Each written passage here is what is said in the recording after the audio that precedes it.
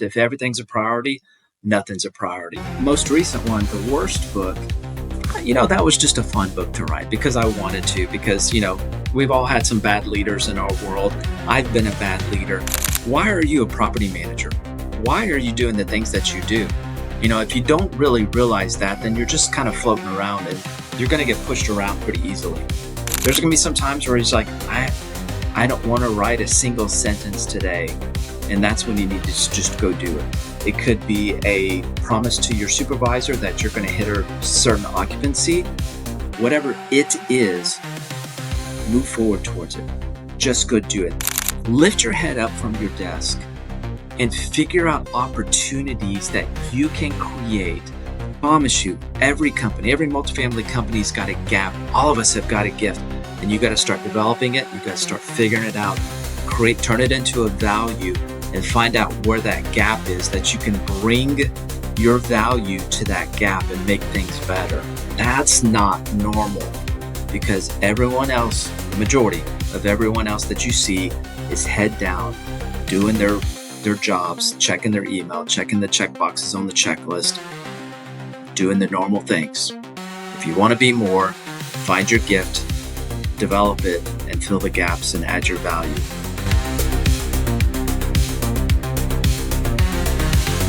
Hello everyone, and we are back with another episode of the Multifamily Hangout. This episode is special for so many reasons. First of all, it's our 50th episode, so yay to that.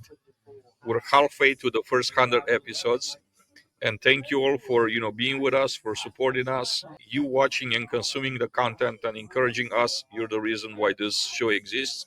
Most podcasts don't go past episode number 3. So if you're a podcaster and you had your 4th episode, you're surpassing like 98% of the podcaster. With that being said, I want to also acknowledge and thank our sponsors for making this broadcast possible. They are Kairos and Coastal Painting Contractors. And now I'm going to turn it away to my co-host extraordinaire, Chris Moreno. Take it away, sir. Awesome. Thank you, Adrian. And this is a special day. Really excited to have Gary on, who's a true leader in the real estate and operations space. Gary's, the vice president of operational initiatives at Radco, where he's driving strategic operations, improving efficiencies, and really working with the team.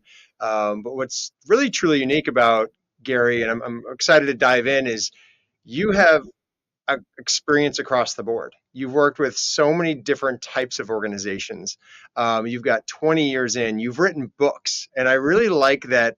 I feel like you take a unique perspective, almost of like you could take either side of the coin when you dive into something. So I'm really excited to dive into some of your history, some of your stories, some of the things you speak about, because you're a keynote speaker as well. But yeah, I'm really intrigued by your books and kind of diving into this idea of this super fantastic potential. So welcome, Gary, and really excited to have you on for, on the first time on the Multifamily Hangout. I need to send you some money or a thank you note in the mail. That was pretty awesome. We'll go to a nice restaurant in Atlanta or maybe come down to Texas. But just thrilled to have you on. Thanks for celebrating this special day with us. So you've got 6 books you've already written, which blows my mind because, we talk about, as Adrian said, it's hard enough to get to a certain number of podcasts, but books, a lot of people give up when they're writing their first book. And I think you're working on your next one now. So can you kind of take us through how you think about writing, why you fell in love with it, and then maybe how it ties back to even to real estate? Oh, yeah. Well, I'll give you a quick little story about how writing a book came into fruition. So I was following a speaker and an author on LinkedIn, and I found out he was going to be in Frisco, where I live. And I was like, I want to go see this guy because, following him on LinkedIn, I want to go meet him in person. So I went to his presentation. I got there early and had an opportunity to chat with him. We just chatted. It was a super neat guy. And off the cuff remark, I said, hey, someday I'd love to write a book. Went to the presentation. Fantastic. 2 weeks later, he calls me up and he says, hey, Gary, you remember when you said you want to write a book? And I was like, yes. He shared with me, hey, look, I'm putting together a book with some co-authors. Send me a writing sample and we'll see if we add you as a co-author to this book.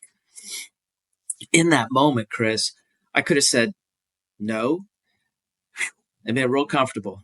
Or I could have said yes and figure it out. I had no clue how to write a book. I still don't know if I do or not, but I just do it. But I ended up sending a writing sample to him.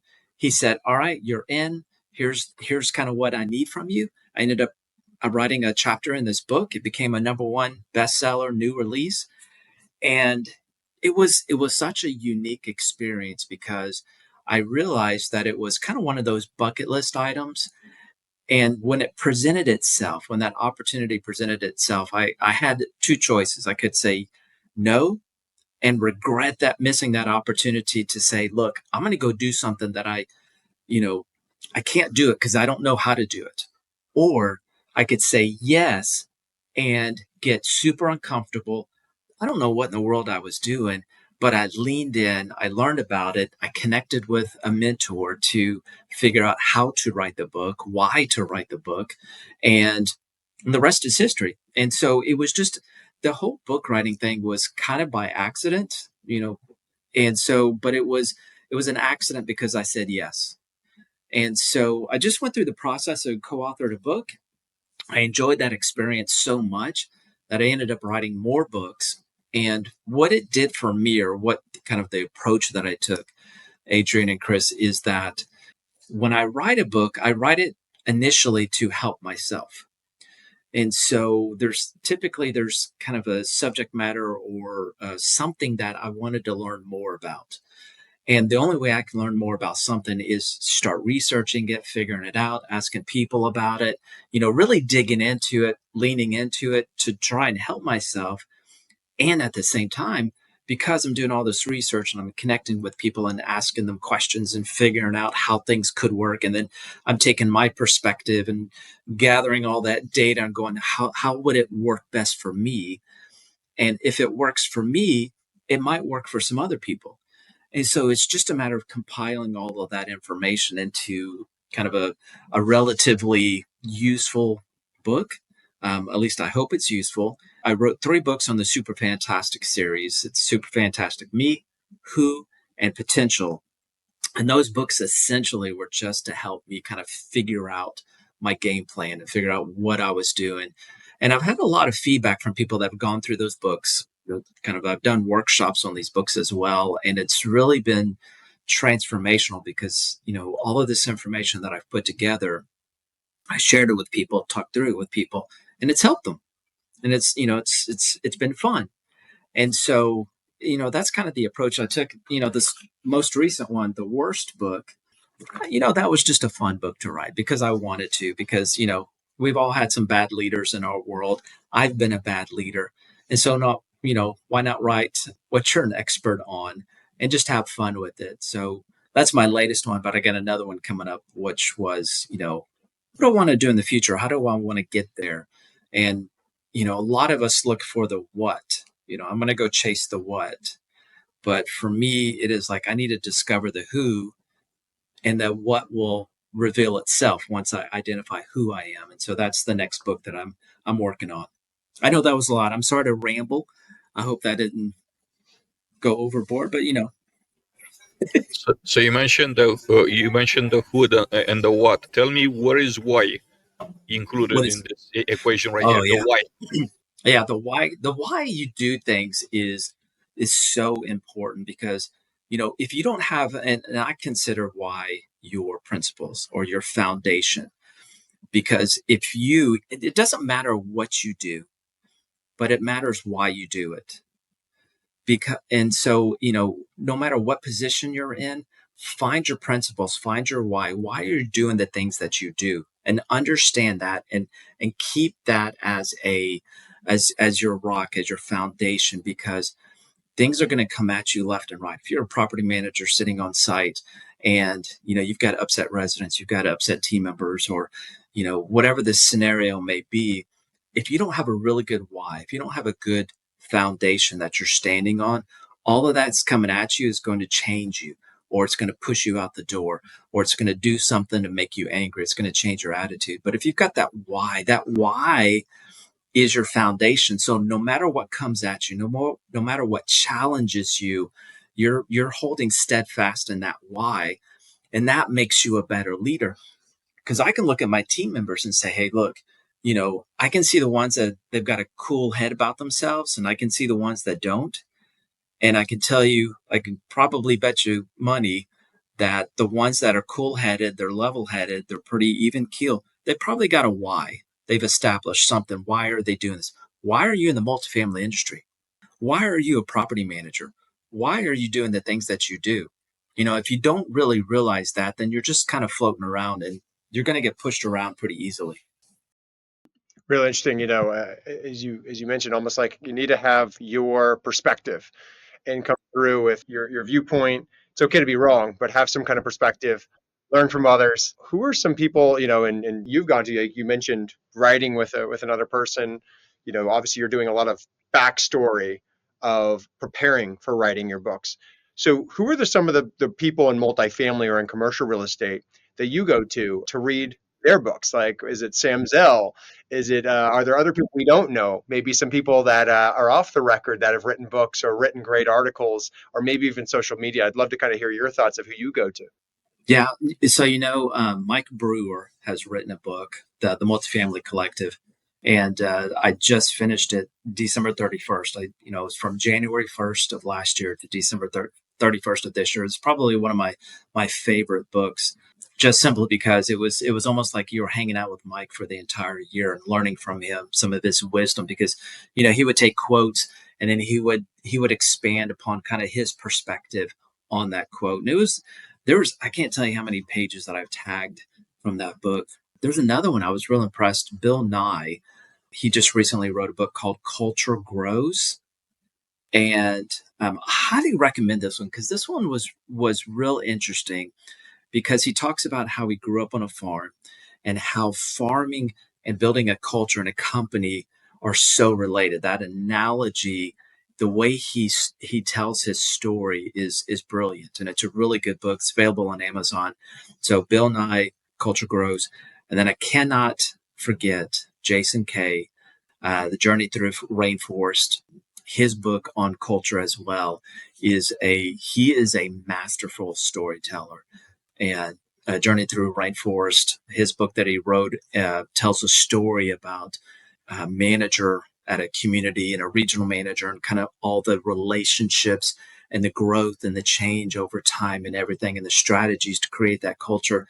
So Jason Kay, A Journey Through Rainforest, those are like three amazing books from multifamily leaders that I'm excited to share with you guys, and I highly recommend go grab them. They're all three of them are on Amazon, so go grab you a copy or two, at least three. Always help an author out. So if you're gonna buy a book, at least buy two. I want to get into the secret sauce of writing a book, right? So tell me about the process. Like, what's your process? Like, how do you start? Walk us through the entire thing. Like, Yeah. hey, I want to write a book. Walk us through the entire Oh process man, until you hold the book in your hand. that's that's a lot, but I'll tell you, I've helped a few other authors in their process and thinking about it. So there's two things I tell authors before they start a book is, why are you writing this book? Because if, again, it kind of goes back to that foundation. If you don't know why you're wanting to write this book, then you're gonna drop out real fast, because writing a book's not easy. It's a lot of work. It's a lot of work. So if you have that why am I writing this? If you establish that, that's your foundation. That'll help when things get tough, when you get frustrated with it, when you don't feel like doing it. Get that why down. Second thing is how. I'm sorry, who's your audience? Because a lot of us, when I first started writing a book, it was like, I'm going to write this for everybody. Everybody's going to enjoy this book. No. What I encourage you to do is truly find out who your audience is. And I know, like Bill Nye, Jason Kay, they did a really good job of narrowing down who their audience is, and it really speaks to them. And when you understand who your audience is, then it allows you to really focus in the writing for that. The chapters, the material, the information is going to be focused to that who, and it's got to be a pretty specific who. Otherwise, if everybody's the audience, then nobody's the audience. It's very similar kind of concept. If everything's a priority, nothing's a priority. So it translates exactly the same. So once you answer those two questions, why are you doing it? Who's your audience? Then you can start getting into it. You can start researching. And there's so many different ways to write a book. I don't believe, and I haven't written any two books the same way, but it's essentially just start writing.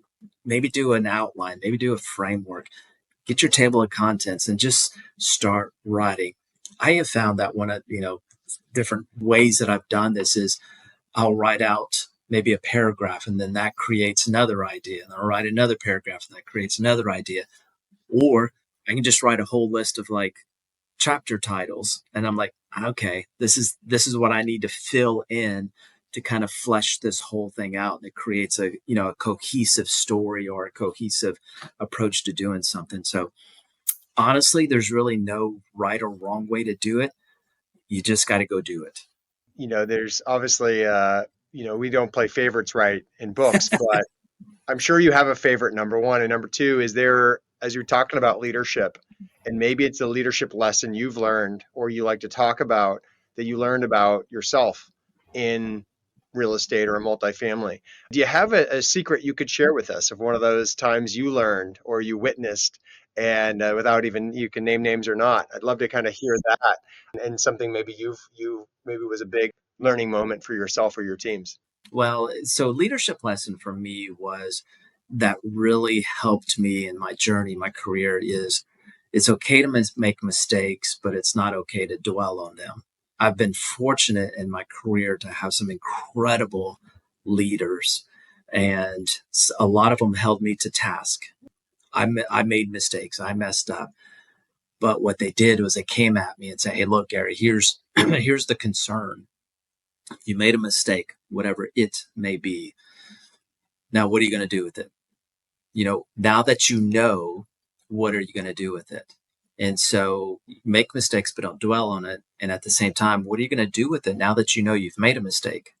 You can either embrace the mistake, be upset about it, be all emotional about it, or you can take that mistake and say, hey, look, what am I going to do with it? I'm going to learn from it. I'm going to grow from it. I'm going to do better next time, whatever it may be. So, those mistakes, make the mistakes, man. It's okay. It's okay to make a mistake so long as you learn from it and you do something with it. And that's been a great leadership lesson for me, because if you're not comfortable making mistakes, then you are never going to do anything.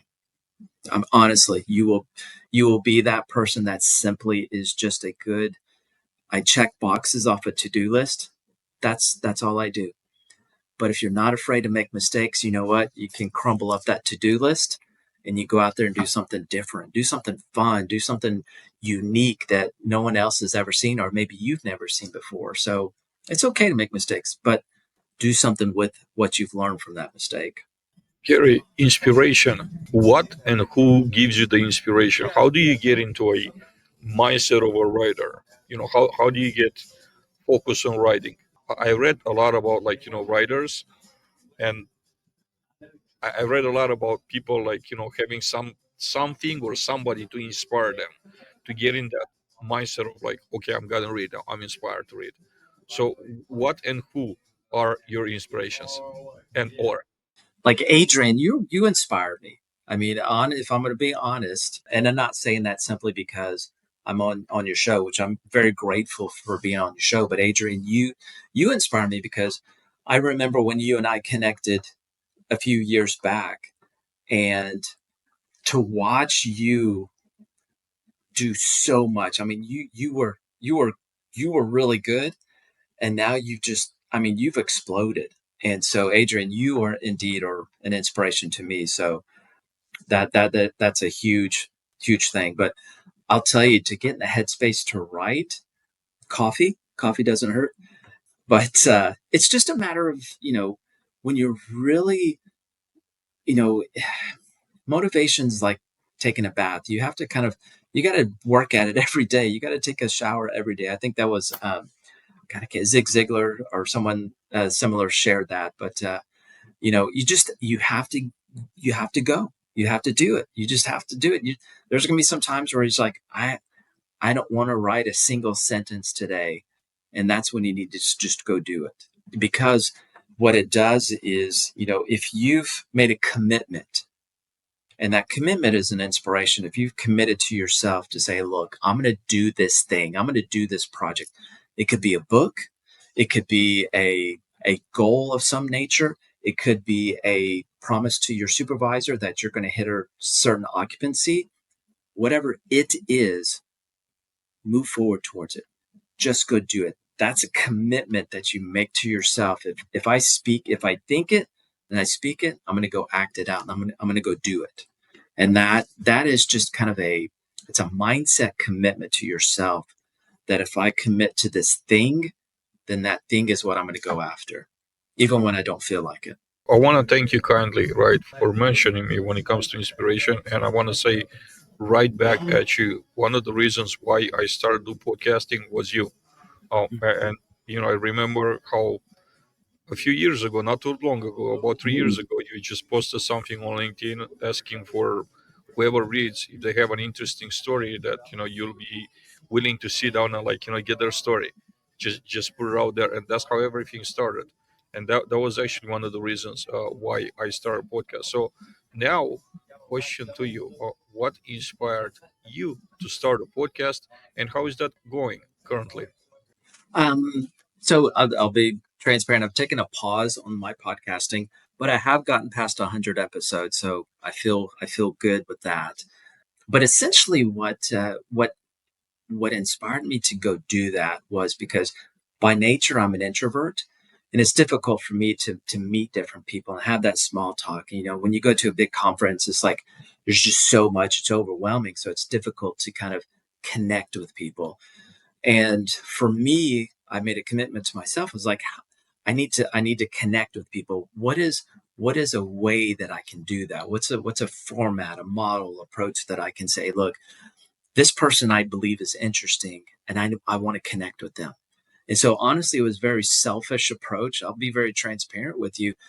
It was like I saw this person on LinkedIn, and 90% of the people that I connected, I was following on LinkedIn, and I thought they were interesting. And so I'm like, this might be a great approach. Start a podcast and just connect with them. And my question was, what inspires you? And that was the question that I asked every single guest. Never, varied from that question. What inspires you? And so for me, you truly can understand a person, in my perspective, the character of that person, when you know what's behind the inspiration. And so that was such fun conversations. And I can't tell you the plethora of people that I've been able to connect with, you, Adrian, and so many others that, a simple 15, 20-minute conversation about what inspires you. Man, we had great conversations, and I still connect with the vast majority of the people that I had as a guest. And so it was simply just kind of, for me, it was like, how do I connect with people? All right, I'll create this thing that creates an avenue for me for me, it was like, why are you slipping into my DMs, or however that phrase goes. But it was more of a purpose, like, hey, I think you're a really cool CEO, or I think you're a really neat VP, and thank you for all your inspiration. I'd love to talk to you. And the cool thing was 90, I'm making up statistics, but it's probably pretty close. Probably about 95% of the people that I reached out to say, hey, I'd love for you to be a guest on my show because I just want to talk to you about what inspires you. 95% of them said yes. And I'm talking, CEOs, leasing consultants. I've talked to people in England that was a body language expert. I talked to somebody in New Zealand that was a life coach and just had amazing stories. And Adrian, I've talked to you, and I've talked to improv artists and just amazing people, simply because I made this commitment to say, hey, I want to figure out a way to connect with people. And I figured out a way, created this vehicle for it to happen. And I went after it, and I did it. And it's probably one of the neatest things that I've done. And, kind of outside my family and my career, it's just something No one can ever take away from me. And I've got these cool videos to go back and watch and laugh at our conversations. And it's just amazing. But it truly is. Commit to yourself that you're going to do something and just go after it. And now a word from Dean Fungawing, founder and CEO, Kairos. There's so many maintenance issues that can be solved with simple data that tells you, hey, this is not working right. Go take care of it. Dean, amazing conversations, very educational content. Our core technology, it started with leak detection, right? And again, knowing about the issue sooner rather than later, right? And the difference between our sensor and most sensors that you can find on Amazon or anywhere else is those are consumer grade sensors. And when you're dealing with multifamily buildings, you're dealing with commercial buildings, you're dealing with an environment that's a little bit more intensive than a home. 250 homes in a community as opposed to one home. You've got a lot more redundancy of risk. And so this technology notifies you in any place that you need to know that there's water.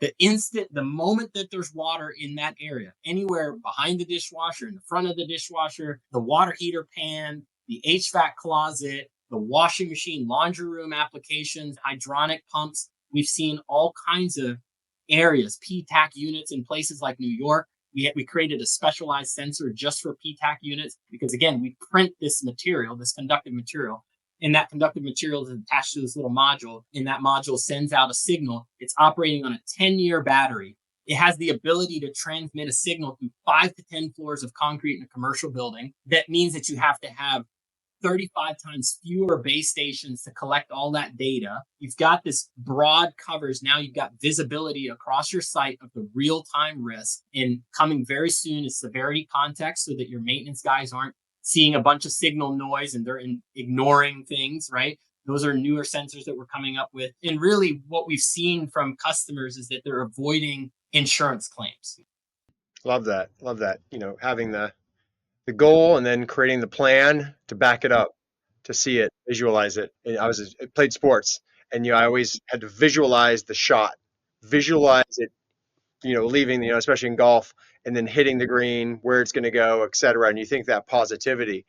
And something I want to ask you about, as you talk about working with others, mentoring, moving on, thinking like a goldfish almost, right? That goldfish mentality of forget, move on. You're going to make mistakes. Don't dwell on it. I'm curious also on like the coaching aspect, thinking about how to coach others, mentor others, because I think there's this balance, right? I've learned people didn't give me candid feedback early in my career. There was like, oh, great job. Oh, awesome. Or love what you're building at your company, right? But they wouldn't use it. They weren't customers. And I was like telling the world how great we were. But so what I learned is like being actually like very radical in your feedback can be great, but also there's a balance there, right? Of not telling someone the negativity. So I kind of want to get your thoughts because I'm still working on that and I'm trying to focus more on the positive thing. But I'm kind of curious, like, how do you think about that coaching versus feedback, right? The positive versus the negative, and what tips do you have for me and our audience? I'll tell you, I valued all of the coaching / feedback that I've received from all my previous leaders because they were very direct with me. But that's how I like to receive feedback, is very direct because, don't beat around the bush. Don't be coy about it. Just tell me what it is that I need to address. And my leaders knew that because I was very upfront with them, say, look, if I'm messing up or something, just be direct with me. But that feedback and that coaching has to be there has to be a relationship before that. So this coaching doesn't work until I have trust in my leader to say, hey, look, if that leader's giving me feedback, and the same thing, with my team right now, if they don't trust me, then my feedback, my coaching is going to fall on deaf ears. And I also have to be very upfront with mine. And I've already told my team, is like, I'm very, very upfront. I will challenge you. I will give you feedback simply because I want you to succeed. If I didn't want you to succeed, I would not give you any feedback. I'd simply say, good job, pat you on the back and move on. But because I want you to succeed, I'm letting you know here and now before any particular conversation even kind of bubbles up. At the onset, I will provide direct communication feedback to you because I want you to succeed, And that is, and then now I'm building trust with my team, and they know that if I come at them and say, hey, look, here's XYZ, and here's my thoughts. What do you think about my feedback, or what do you think you would do differently next time? And so it's that relationship, but it has to be direct, and they have to understand I'm only sharing, I'm only talking to you, I'm only giving you the coaching and the feedback because I want you to succeed. I love that. And I think, to your point, if people haven't had that direct conversation with someone else, everyone Mm-hmm. else has never told them something. And I'm shocked how many people, really, I'm not shocked anymore, how many people tell me that. Oh, I've never been told this before. And I go, really? And so one of the things I think, Gary, like I've thought about is like, I've realized I have to kind of share with myself of the things I'm working on, being candid, and then asking for feedback. And I think that's what I've learned is the more I witness some mentors of mine asking for feedback, asking for ways they could be helped. And I realized, oh, I need to start doing that. I need to start leading with that example, showing and then having them start to think about it and being okay with sharing it. And then they'll open to that. I think to your point, though, when you're leading a lot of teams and yourself included, like when you're working with teams across the country who you may have not met yet. They're through email or through, video, a Zoom call. How do you think about that? Is it more you can't give that feedback because you need to get it to the person they're actually working with in that day to day? Or do you try to, when you're saying that relationship, are you trying to do it through Zoom to be able to give it? Like, how do you think about when there's multiple telephone people in an organization? Yeah, well, I think, I will always go directly to my direct reports, whether it's Zoom or in person. And, I work remote and a lot of my team works remote. And, there are only certain instances in which we're physically in the same building.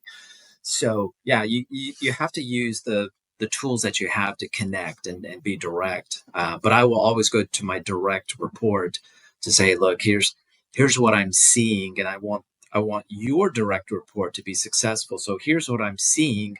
I'm sharing with you. I'm going to let you translate that so that you can connect with your report.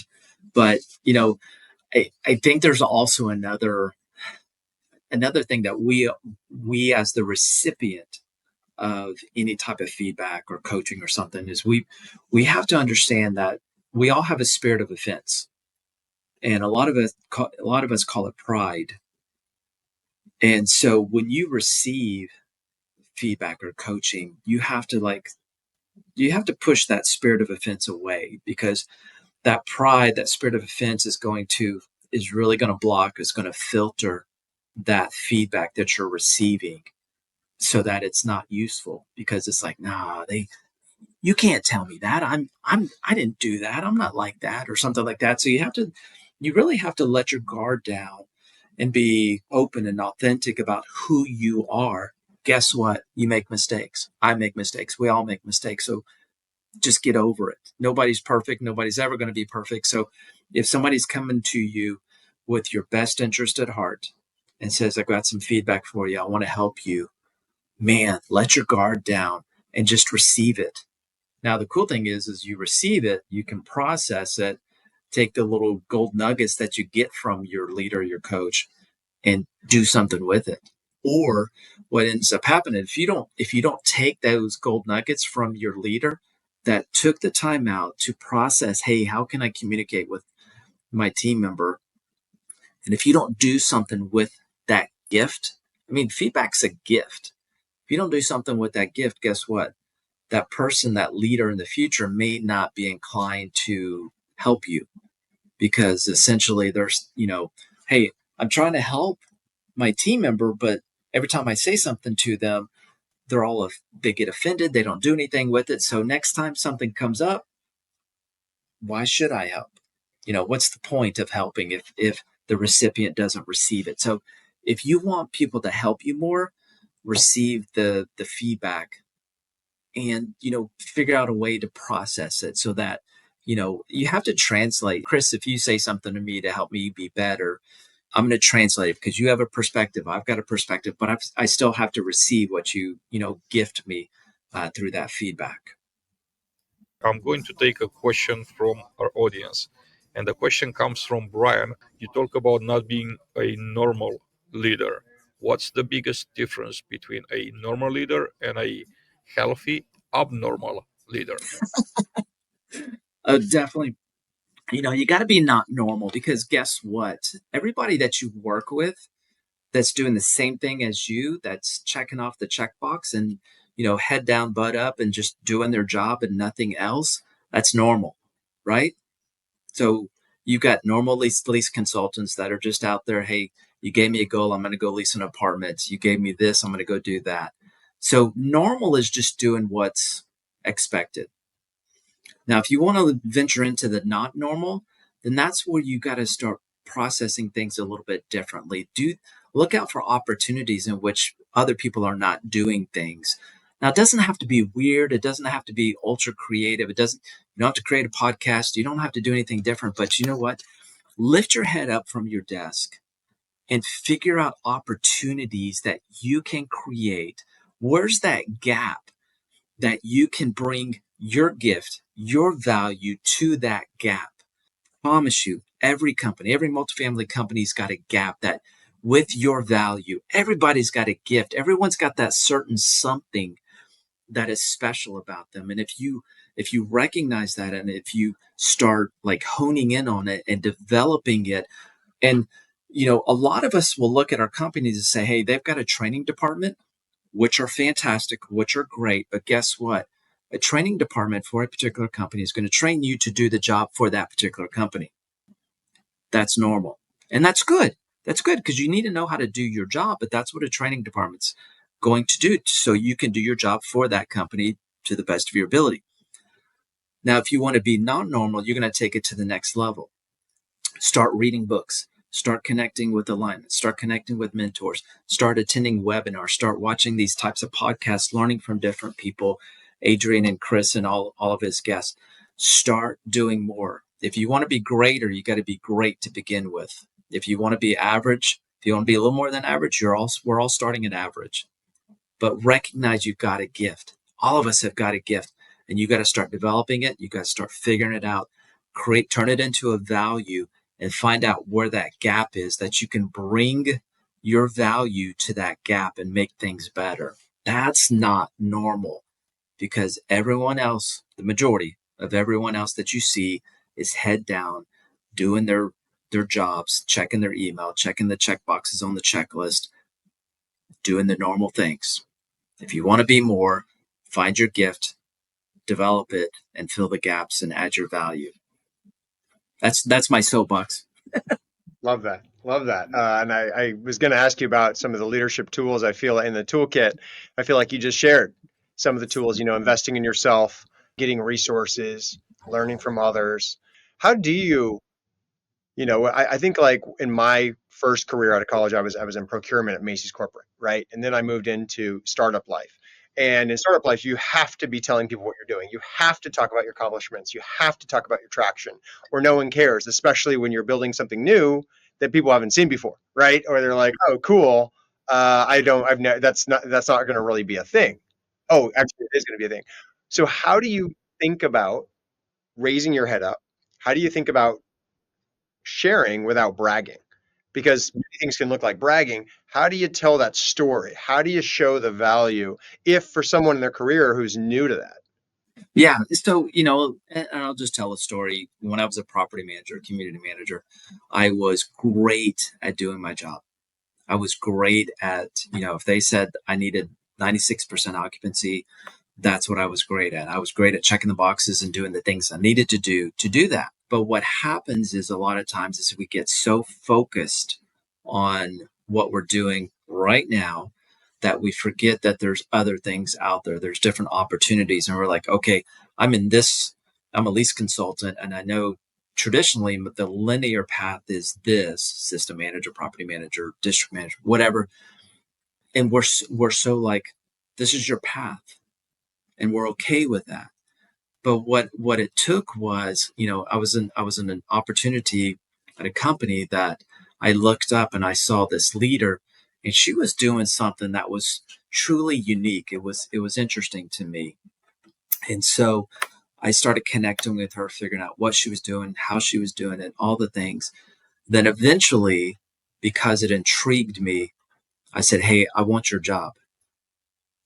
I told her flat out, I want your job. And the reason why I said that, and Chris, to your point, I don't want to brag, or I didn't want it to come across like rude or anything, but it was essentially, look, I want your job because when you get promoted, I want to be that person that just walks in behind you and fills your spot. And I want you to look good because when you get promoted, I walk in, fill your spot, and that makes it easier on the company. So I think it's a part of the relationship that you build with the people around you. And Chris, I'm sure when you were developing your startup, you weren't coming out of the gate going, "Hey, look how amazing my startup is." And I'm sure there were some relationship building moments that you had with all of your clients, all of your customers, that you built that relationship. And through that, you're like, oh, hey, look, I've got this great startup. Here are some of the things I believe would add value to what you're doing. And that's the same thing that a property manager can do and say, look, I've taken all of my company's training and I've gone to these webinars, I've gone to this training, I've read this book, and I've got these ideas. And so here's kind of my idea, and I'd like to propose this. I'd like to suggest this. I'd like to recommend this information to you. So there's different ways you can communicate without bragging, Chris, to your point earlier. And it's just a matter of preparing yourself and the way you present it. And I'm only presenting these things to people I've got relationships with already. And when they know who I am, they've seen me kind of put in work behind the scenes. And so when it comes to that point to say, hey, look, I've got an idea which I believe would add value, then they're like, oh, I've seen Gary put in the work behind the scenes, and let's take a look at what he's got. And there's your chance to really kind of dig in and take that opportunity to bring your value to the company that you're working with. I want to give a shout out to Mike Brewer. He's in the house. Hey, Mike. Yeah, Mike is in the house. He's watching us. So hello, Mike. I want to ask you, Gary. A good part of our followers are supplier partners, right? And if I'm a supplier partner and I want to partner with Radco, right? I have a meeting with Gary in 30 minutes. Coach me right now. So when I get in front of Gary, I really impress Gary, and I have a shout out doing business with Radco because of that. What would you advise? I think it's different each and every time because I think the need that we have is going to be different per supplier, vendor, partner. So I don't know if there's one formula to come at me, but I think it kind of goes back to the relationship that could be built with it. So what's been successful with me is the customer service is profound almost as much as the product itself.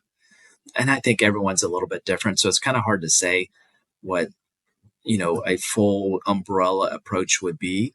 So, for example, if I'm looking for a software platform to do XYZ, I may be very deliberate or intentional about certain nuances that I need filled in regards, this system's got to solve these problems for me. Or if it's something else, it may be a totally different need that I have to solve a problem for me. So yeah, I know rambling on and kind of circling around that question, but there's none two that are the same. And I'll shout out a vendor that we're working with right now, Elise AI, and they are tremendous at building relationships and tremendous at showing how their platform and system adds value. And in no way paid or anything by Elise AI, but the partnership that we have with them has grown and developed because of how they've communicated and engaged with us, and how can we add value to what you guys are doing. So yeah, it's that's a difficult question, Adrian. So thank you for that. But I think it truly, so long as the supplier partner understands the need and what we're looking for, then you've got to adjust your approach to how you come at me or anybody for that matter, and just build that relationship along the way. But just don't friend me on LinkedIn and then immediately send me a pitch. That's irritating to say the least. Yeah. Yeah. I think Adrian's written on this, how many people are out of left field with their pitches, not even close to something that you'd even be interested in, or even understanding what you do first. That seems like the ultimate way to get into the spam box forever. Obviously, there's an investor, right? There's investors and there's operators and there's KPIs that we're tracking and measuring. But we also have a big element of people's lives. They're spending most of their lives here in an effort where you can't be perfect. There's always going to be something that goes wrong because the person's probably on site at least anywhere between 30% to 50% of their lives. And so you think about that like retention. How do you think about the prioritization of the different factors within an organization when you're thinking about optimizing the things you focus on? Like you said, you can't have 50 things that are a priority. How do you think about that? What is your framework and your secret toolkit that you could kind of share with some people of breaking that out to be really focused? There's obviously different people in an organization who could be a property manager, could be a regional, could be an investor. And how do you think about, and how do most people, or do you recommend thinking about the priorities within your day and your month and your year? Do you have a system for that? I think each and every day is a little bit different. You have to, of course, things are going to come at you. And being in the multifamily world, it's very fluid, if you will. No 2 days are the same. All the cliches, if you will, with that. But what I've learned, kind of going through this industry and in my career, is I will tackle a task or project that brings the most value to the company and or to the team. And so, right now, Radco has a focus that, I've got a laundry list of projects that we would love to get to, but understanding what is the goal of Radco, what are the needs, and whether that's Radco's needs or what are the needs of our own site team or the corporate team. What are the goals and what are the needs? And so understanding that's how I can start prioritizing. Okay, because of goals, needs, or whatever it may be, then I can reprioritize what's going to bring the most value to satisfy or to support or to accomplish the goals, values, needs of that at that moment. And it can change from day to day. Today may be one set of priorities and tomorrow it just kind of shifts. And you got to be willing to be flexible to pivot on a dime, because you may be investing, a ton of time on a particular project or a ton of time dealing with a customer or property manager or whatever it may be. But tomorrow you may have to pivot to something new. And you have to be flexible with that to be successful. Otherwise you're going to burn yourself out. You're going to get frustrated. So yeah, just find what's going to bring the most value to what the goals and the needs are of company, the team, whatever it may be. I want to ask you specifically when you're looking at technology, Gary, how do you vet technology? What's your little like cheat sheet? What's your criteria to vet technology? Hey, is this a piece of technology that Radco could or should use or not? And then how do you evaluate, like, what you currently have, your current stack too? Because I'm sure things change and needs change. Like you said, whatever you might need today, your organization might need today, they might not need a year from now. So it's not always that if we have a piece of technology in the current stack, we're gonna have to have that a year, 3 years from now. So just through the process, I think a lot of the audience, myself included, will be interested in kind of hearing your thought process. Oh man, evaluating how we kind of look at that. So it's difficult not to chase the shiny object.